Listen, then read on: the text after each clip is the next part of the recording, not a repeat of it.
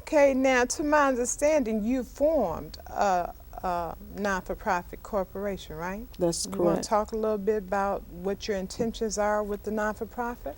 Yes. I formed a non-for-profit organization which is titled Tender Touch. It is for women's. It will be a transitional program. What I would like to have is a building where they can be housed upstairs and have their programs on the lower level. And within the program, I would like to do literacy programs, GED, parenting, and life skills, just giving them another way of life. So you want a one-stop shop where everything is right there in the same building, as opposed to going all the way around the city to different sites for different things that one may need to get. That's correct. Okay, that's good. That's really good. Tender Touch. I mean, Tender Touch. how did you come up with that name of Tender Touch? Well, one thing about women, you look at them as, when you see them being drug addicts, prostitutes, crackheads, as you would have it, they tend to be put down. But on the inside, women are very tender. They just have a lot of issues that they had to overcome. I played around with some names, and that was the name that was dropped in my heart, Tender Touch. Okay, good. Now, how will this program be financially supported? Well, I'm looking for some private fundings. Also, I will be seeking public money. I wrote this book as a starting point to hopefully take it where the revenue from the book can be used toward me building up Tender Touch.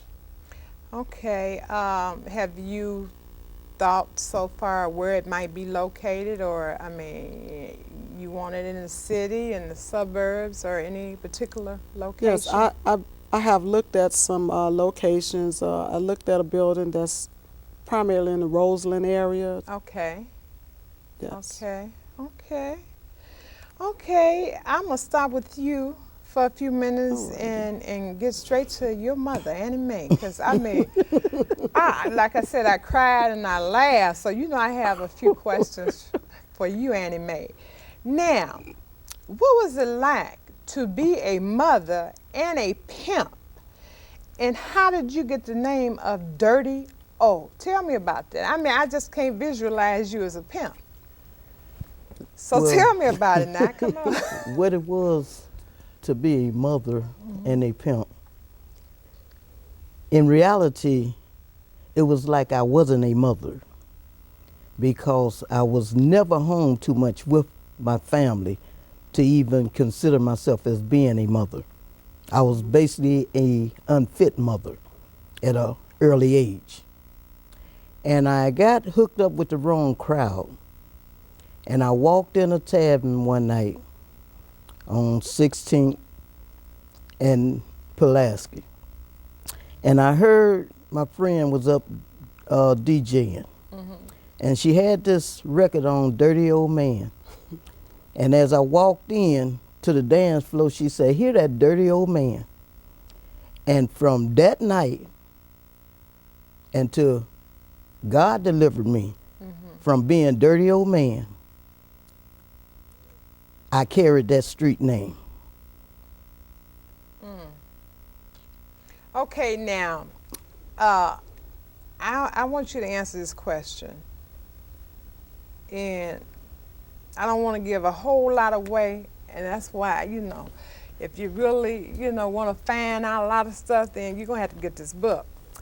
But look, now, what type of pimp were you? I mean, were you a nice pimp, or is there such a thing of a nice pimp? I mean, were you, because to my understanding, you was pistol whipping somebody, right? Well, you say what kind of pimp I was.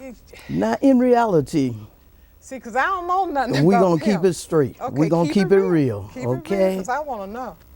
I was called a pimp, player, gangster, and a semi-hustler. Okay?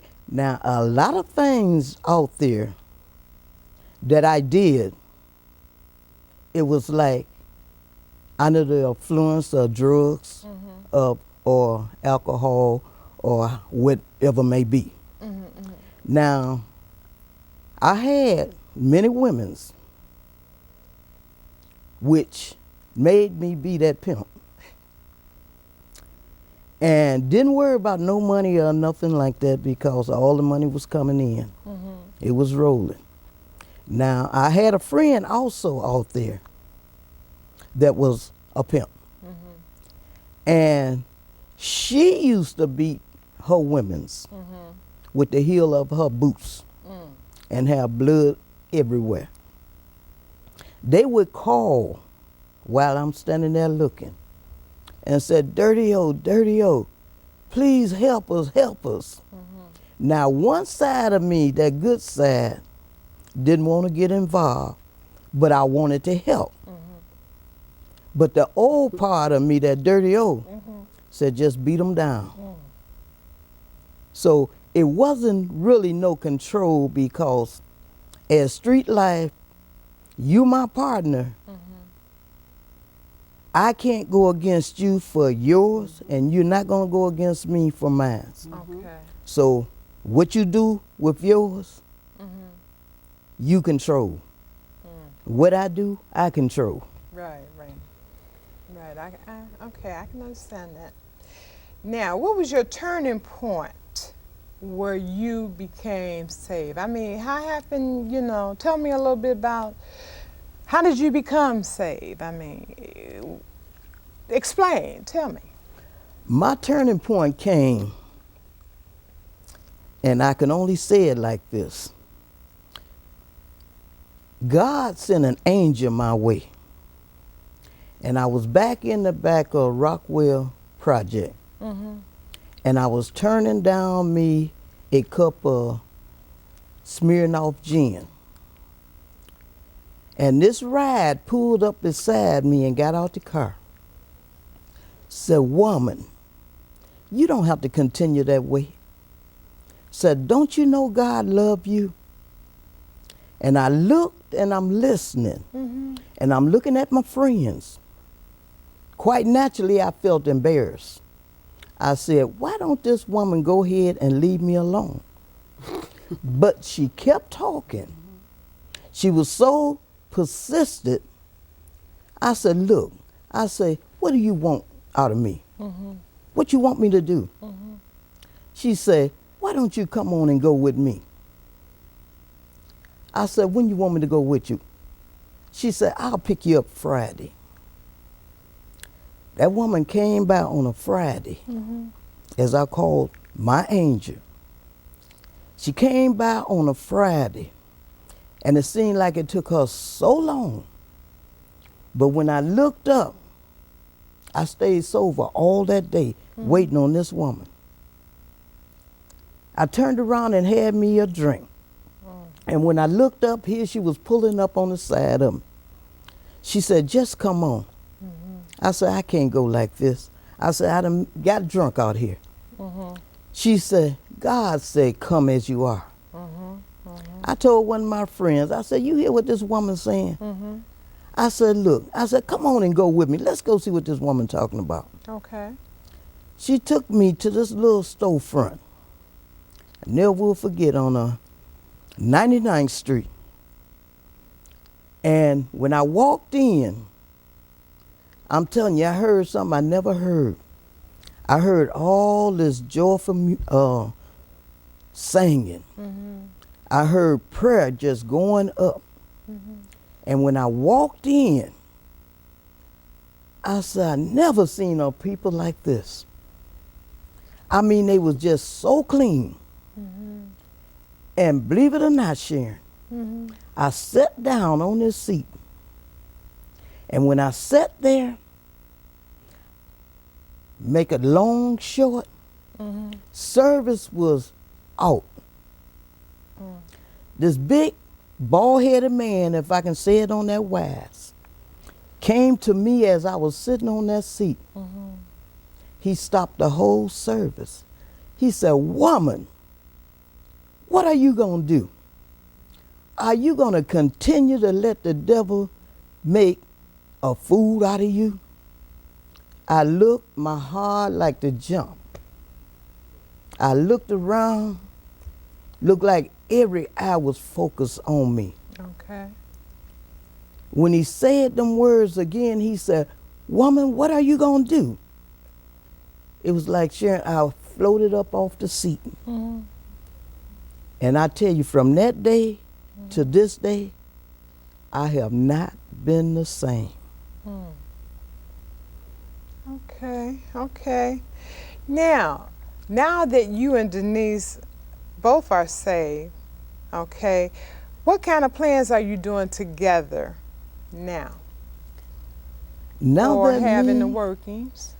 Now that me and my daughter is saved, it's a blessing for one thing. Mm-hmm.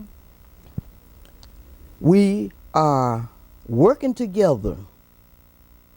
We believe in God as a evangelist minister Okay. to get out and do field work. Okay. And we also believe in God for the program that He gave her. Mm-hmm. Now, of course, we know that we are individual peoples. Right, right. And God is leading her to do hers, Mm-hmm.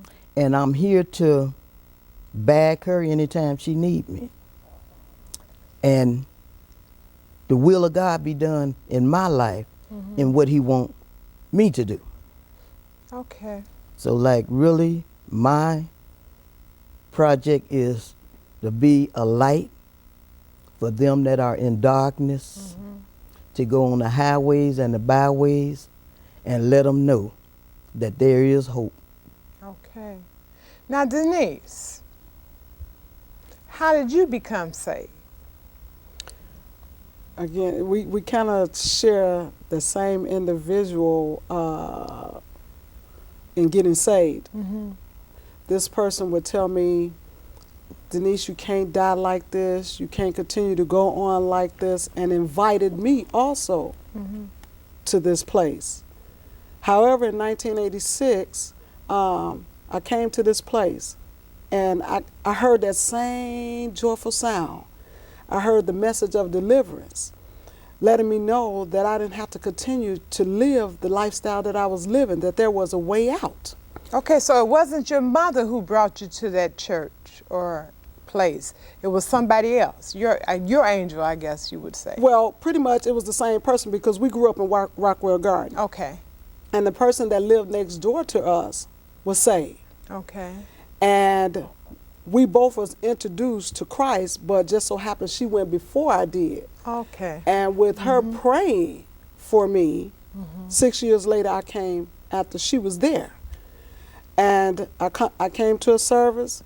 I began to hear the message coming forth that I didn't have to continue to live the lifestyle that I was living. I didn't have to continue to lay with women. I didn't have to continue to shoot drugs. I said, really? And this particular elder that God used in the message of deliverance, I can never forget it. You know, I'm grateful to him because he was the first man that broke into my heart after the molestation that I had endured, after seeing the different orgies that took place in the house. This man was used by God as a vessel to break my emotions and began to give me the instructions and the guidance of how to live and be the woman of God that He called me to be. So from 1986 till today, I'm still serving God.